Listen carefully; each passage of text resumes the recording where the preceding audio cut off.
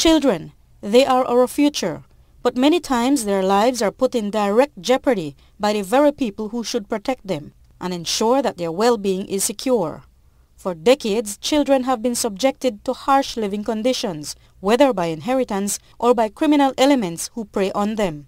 But today, and for the next few days, their plight is being discussed with a view to improving their opportunities for success and for their protection from sexual and other offenses.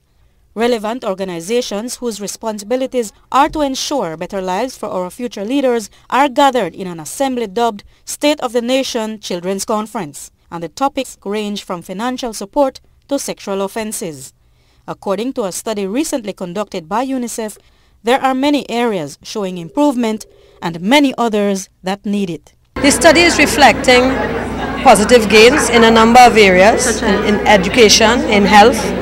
Excellent gains, in fact, we will learn soon because new data will also accompany the CETAN in our multi-indicator cluster survey, but also even in some areas of protection. The issue is that it's quite a complex action to ensure that all of the standards set at the international level are incorporated in domestic legislation, and therefore still some work needs to be done, particularly in the area of protection. The area of protection in which our children have been ruthlessly exploited for personal and commercial gains is sexual abuse. It is an area that the government has sought to tackle head-on. 2 weeks ago, Cabinet had approved a plan for us to reform the criminal code. And that is a positive effort that we're doing, because we recognize that even though we have some statutes on the book, what people are looking forward to is for more stringent measures in terms of when we catch the perpetrators, that we are able to have them pay for the crime that they commit. But in order to get child abusers to pay for their offenses, there needs to be more than just stiffer penalties. With it comes the need to enhance the authority that deals with convicting the perpetrators.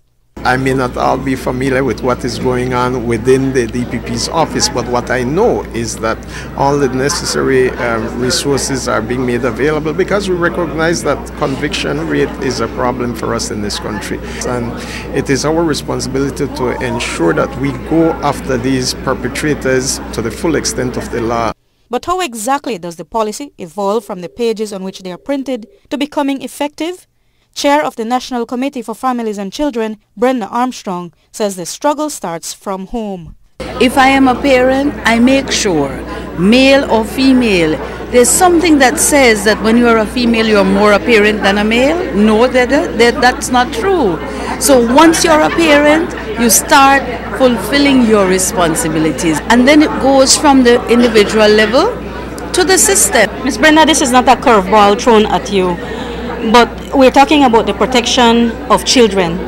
And only in the past 2 or 3 weeks, we've had two incidents at school, 2 different schools, one at primary and one at a tertiary or a high school, where a student stabbed another student in both cases. Are you looking at situations like those so that children also have the protection from other children who are violent as well? In meetings like this, we would help as best as we can to provide the framework.